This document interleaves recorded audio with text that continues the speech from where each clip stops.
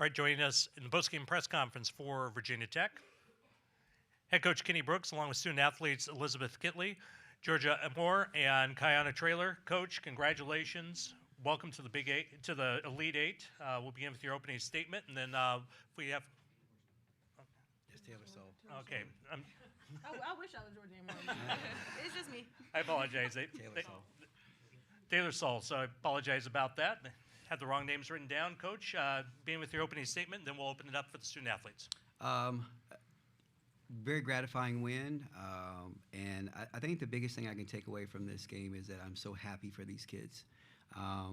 Proud is we're always going to be proud of them, but I'm so happy for them. All their stories are different, but Liz and I talked quite a bit, and this time last year, she just wanted to get to this point.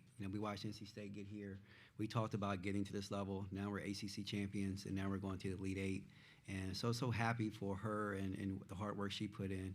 Kayana Traylor, she came here for this reason. Sacrificed so much. She was an all Big Ten performer. Wanted to come here because she just wanted to be a part of a winning program. And she's helped elevate us to this level. Taylor Soule's situation is more recent.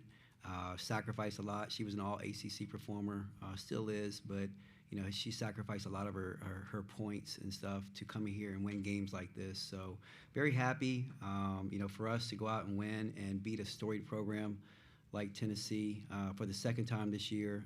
Just validates who we are and what we've been able to do this year. These kids are resilient, and I love their character because they don't need things to motivate them, but they also are very knowledgeable about things. I think they all saw the article that was on ESPN. Is this the next chapter of Tennessee and UConn? And they didn't have to say a whole lot, but it just really motivated them, and they understand that they belong as well. And we might not have as much history as those programs, but these kids are helping to build our history with our program. So very happy for everyone involved. I thought they played well. Got a little dicey, but we did a tremendous job. Open the room for questions. Go ahead and start with Lindsay. Is Georgia not here because she's shooting more threes out on the floor?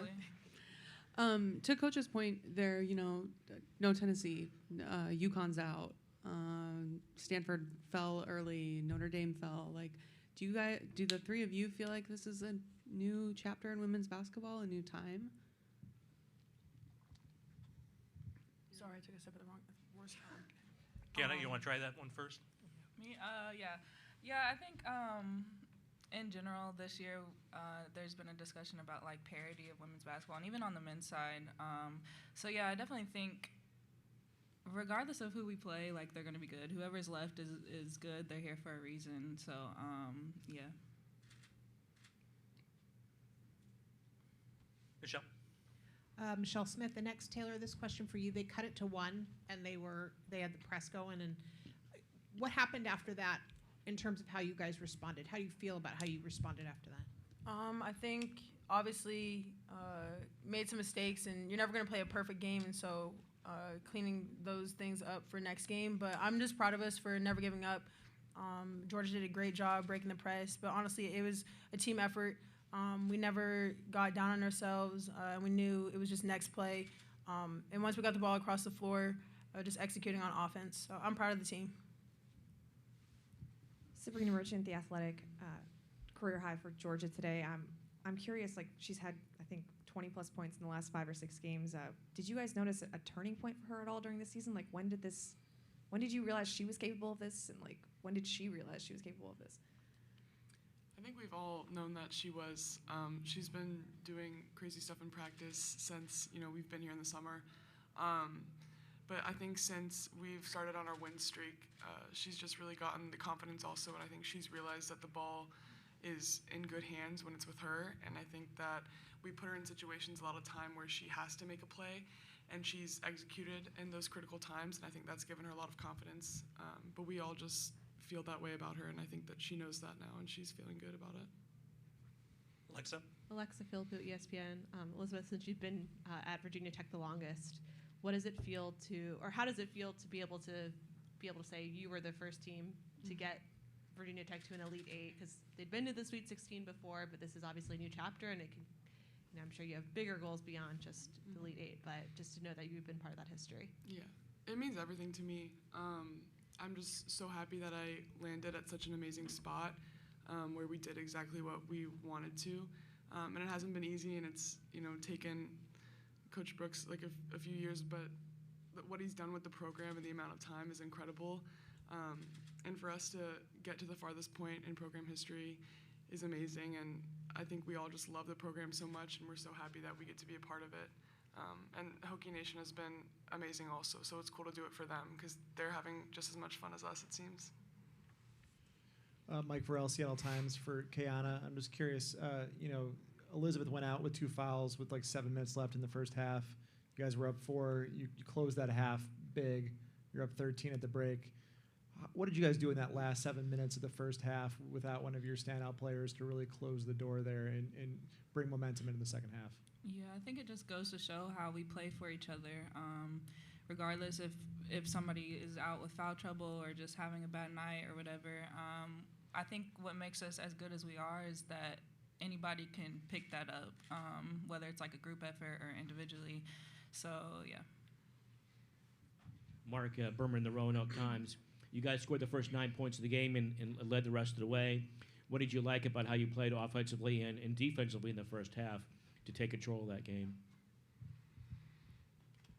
Offensively, I think I liked our ability to be aggressive and not really let them push us off for a spot. That's kind of been a highlight that we've been talking about throughout the season. I think defensively, we did a really good job of playing team defense.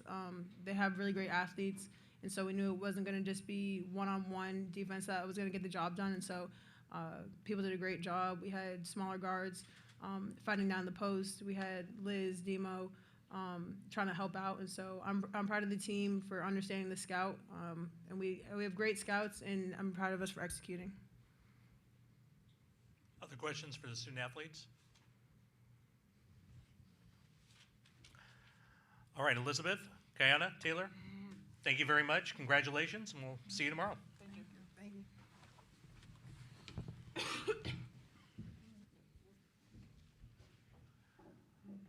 This time we'll reopen it for questions for Coach Brooks.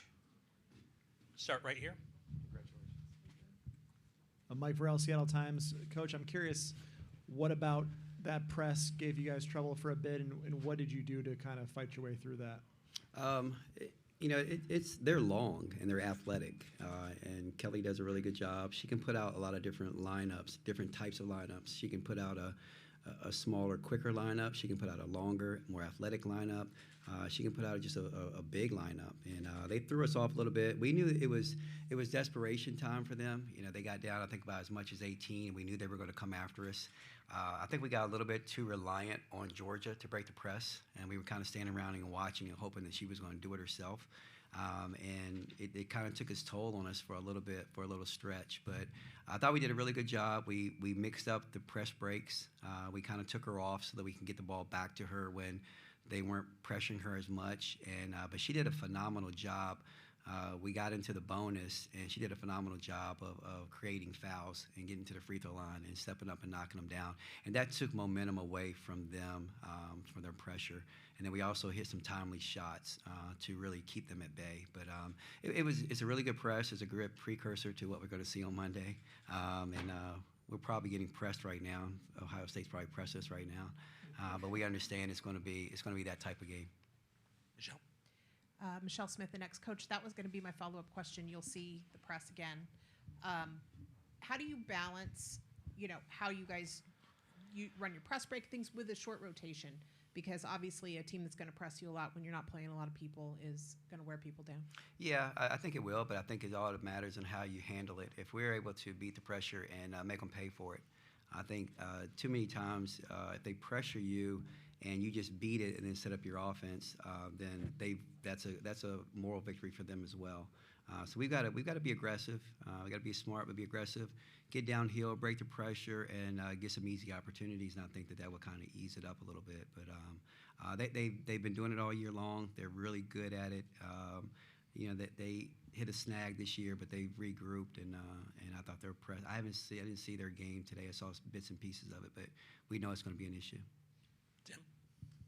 Tim Booth from the AP. Kenny, it looked like your defensive game plan was to sort of pack it in a little bit and see if they could shoot 50% on threes again. Was that kind of the idea to see if they could actually beat you from the outside? Man, they have two WNBA stars on both ends. You know, it's kind of like I'm a big fan of Jurassic Park, and one of my favorite things was happening when the raptor. There was one raptor here, and it got the attention of everybody. And then another raptor came from the other side, and they were hunting. That's kind of the way they are. You know, they're two dynamic athletes that you focus too much attention on one, then the other one gets going. And but we really wanted to make them work. We wanted to take away their right as much as we could, crowd them, and don't give them space. I thought we did a good job in transition, other than the couple of the steals. But we didn't let them get going in space. When they get going in space, they're just too hard to guard. We wanted to kind of crowd them, and if they spun, we were kind of there to dig at them. And I thought we did a really good job. They're going to make some shots, but I thought we made them take some tough shots. But they both turned the ball over at a high clip. One hit 6 and one hit 7. So our mission was accomplished, just by crowding them and making it tough for them. Alexa Philpott, ESPN. I was just curious where you feel like you've seen the biggest growth in Georgia, either since she first got to campus or even just in this incredible stretch where she's really, looked like Steph Curry out there. Yeah. Now, Georgia, when she walked on campus, we knew we stole one. I was telling anybody that would listen, and Haley Van Lith is a great player. Deja Kelly is a great player. And the reason I say them is because, they were the two kids coming into our league in the same class. They were McDonald's All-Americans. And I just kept thinking, Georgia's just as good, And what I saw with Georgia, Georgia took a little bit of a step back beginning of last year and the beginning of this year, because when you incorporate transfers, you really don't have a rhythm with your team. And she took a step back because she wanted to facilitate for them. She wanted to make them comfortable.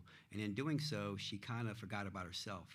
And, she and I would talk, and I would tell her, I say, one of the things I tell her now is, you're the best player on the floor. Go act like it.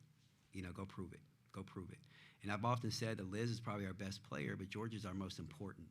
And she understands that. And she's only doing, like Liz said, she's only doing now what we see all the time. We when the kids have to go out and guard her, they really tighten up their shoestrings because they know that there's something that can happen. But she's phenomenal. She's as good as anybody in the country, in my opinion. She's playing with the utmost confidence, and she's been playing like this, ever since we really started this stretch. And she's a big reason why we're here. Lindsay Schnell, USA Today. Kenny, first of all, now I want to know how many other Jurassic Park analogies you have up your sleeve. That's my movie. All of them. All of them. This is uncharted waters for your program. You talked the other day about being so deeply embedded in Virginia, the state, in basketball there. I'm just curious, as you're going through this as a coach, who are you talking to, getting advice from? Like, this is uncharted waters for you, too, and who are you kind of leaning on? I don't know if I get advice from him. I talk to him quite a bit, but I think I'd be crazy if I'm taking advice from Jeff Walls. But but I talk to him. I talk to him, and when you talk to Jeff, you have to you listen to everything he says, but you have to only believe probably about 25% of it. So, but no, he's good. You know what? As a matter of fact, we had a group text starting yesterday. He started it and had Katie Meyer in it, and Neil Ivey and myself. And we were talking about going representing for the ACC. And, Wes Moore is great to me from NC State. Obviously he's been through this situation. He was here, won ACC championships and got to Elite Eight. But, we battle. We're fierce competitors. But we're also, pulling for each other when we're not playing against each other. And it's kind of like a brotherhood, a sisterhood. It's like a family, an ACC family. So we talk quite a bit, and we bounce stuff off of each other. Michelle and then Mark. Don't tell Jeff I said that. This is all in the transcript. Yeah, okay. All right. I don't know if Jeff can read anyway. There's video, too. Okay. All right. Coach, right here. I love Jeff, so all right. You, like Lindsay said, are going to take your team to a place where they haven't been before. Is there anything you don't know about your team yet? Will it expose anything that you don't already know about your team? No, I think the way we built this team, we built it on relationships. I know these kids. We're going to a spot that we've never been before. but their resiliency, their toughness, their competitive drive, their talent, kind of supersedes, anything being nervous. They came out. If they were going to be nervous tonight, was a great opportunity for them to be nervous, and they weren't. We had a tremendous day of practice 2 days ago when we first got here, and I was joking. I said, "Well, I wish the game was to that day because they were feeling it. They were good. They were locked in. They were executing. They were doing the things they were supposed to be doing. But they're really connected. They're really connected, and so I don't think the moment will be too big for them at all. And I just think that, okay, we're going to go out and we're going to win. We know we're playing against Ohio State, who's a fantastic basketball team. But I don't think we'll lose a win or lose because the moment is too big. They understand, the assignment. They go out, they execute. As Kayana Traylor said, they just love playing for each other. And I think that's what they'll do on Monday. Kenny, what did those last 6 minutes, obviously about 6 minutes to go, the lead was down 1 point, but you didn't lose it. What did those last 6 minutes tell you about your team? And what did the end of the first half tell you about your team when Liz leaves the game in foul trouble and the lead grows? Liz is a big part of what we do, and we wouldn't be here without her. But, the kids, they don't panic if she's not there. They're all good. You've asked me before, and some people asked me about Kayana Traylor, and, she might have a good game, and, where did it come from? She's as good as Georgia. She's as good as Liz. She's as important to us as Liz. So they all can step up when they need to. And, we would love to have Liz out there every second, but we're not in panic mode if Liz is not there. And the kids know that. They finished that half, and we weren't surprised. We knew they were capable of doing that. When the kids come to the bench, when we lost the lead, Tennessee's crowd really got going. The looks on their faces is totally different now than it used to be. They've been there. They've done that. They're like I have 5 or 6 kids who – I have 5 kids who are 1,000-point scorers. I have 6 kids who have logged a lot of minutes. We're a veteran group. They understand it, and they understand the moment. They knew we had to regroup, and then they stepped back, and they did. And and it's not like we're regrouping against a team that's not good. That was Tennessee. That was Tennessee, and beating them for the second time. It just shows the resiliency of our group. Alexa Phil to ESPN. If you can think back to when you first took over at Virginia Tech. I know every coach, every person's different, but did you have an idea of by this year we want to have the program here? By this year, maybe we can go to the Sweet 16, Elite 8. Is that I don't even know if that's how you work, but if you think back to that, would you say this is ahead of schedule, on schedule? Maybe the schedule doesn't even matter. Yeah, I don't even know if there is a schedule. COVID came. You had to regroup, transfer portal. The evolution of that element. But when I got hired here, I was very selective, and I didn't want to just go anywhere. I was at James Madison University. It was my alma mater. It was home. Comfortable. Didn't have to leave. Got an opportunity. Whit Babcock approached me about the situation. I always wanted to test my wits against the best, and when he approached me, I felt like Virginia Tech was a sleeping giant. I felt like you could do a lot at Virginia Tech. Not a lot had been done there. But with the resources, I felt like that we could build a championship caliber program. My press conference, I remember, I thought I stuck my foot in my mouth because I think it was right after Syracuse. It just went to the final game, and I said, "Well, if Syracuse can do it, we can do it." And I got this big eruption, and I'm like, "Uh-oh, all right, I better get to work." But we did it stone by stone. Virginia Tech it's a big saying, stone by stone. It wasn't going to happen overnight. We weren't going to attract the McDonald's All-Americans, and we didn't. But what we did, it took me a couple years, and I figured it out. Okay, this is the type of student athlete I want representing our program. And it started with Liz, and it started with Georgia, and Kayla King, and Taylor Guyman, and they changed the trajectory of our program. They really did. They weren't just great basketball players; they're great people. They're great students. And that's what you want. And they've embraced the community. The community's embraced them. And it's electric around our facility, around our Castle Coliseum. And that's how you build a program to be able to come to this level. And they work hard, and they've gotten better. They've gotten to the point where they made themselves extremely good basketball players. They didn't just come in here and rest on their laurels and their talents. They work. They wear me out. I do their workouts. They wear me out. But it's all worth it to see moments like this and every second that I spend with them. This will be our last question. Kenny, Matthew Walter with the next. I asked Kevin this. 5 of the 8 teams in the Elite Eight now played in their conference championship game. Just how much does being successful in that conference championship game show you can be successful in the NCAA tournament with the quick turnarounds and having to play multiple opponents with different styles in such short periods of time? I think it's everything. I think playing in the ACC tournament, the teams that we had to go through. Miami, we played Miami the very first round in our conference tournament. We won that game pretty handily. Very quick turnaround. We had to go up against Duke, who plays similar style. They want to beat you up. They want to press you. We were able to game plan for them, and then we had to turn around and we had to beat Louisville. And so playing the caliber of teams we had to play on back-to-back nights and handling our business handily, I think it's prepared us for moments like this. We're playing, and we played at home in front of a tremendous crowd. And then we come here and we play Tennessee. Tennessee is wonderful. Tennessee is great. They're talented. They're extremely talented. But we never walked out there wondering. We had people say, "Well, Rakia didn't play the last game." We didn't care. We were like, "Okay, we're good." But I think the preparation that we have playing in our league, I think our league is the best in the country. And I'm sure the SEC would say the same thing. But we're the best league in the country, top to bottom, and it has definitely prepared us for moments like this to be able to go out and compete against the best. Because if we can win the ACC championship, our kids know that we're one of the best. Coach, thank you very much for your time. All right, thank you guys. You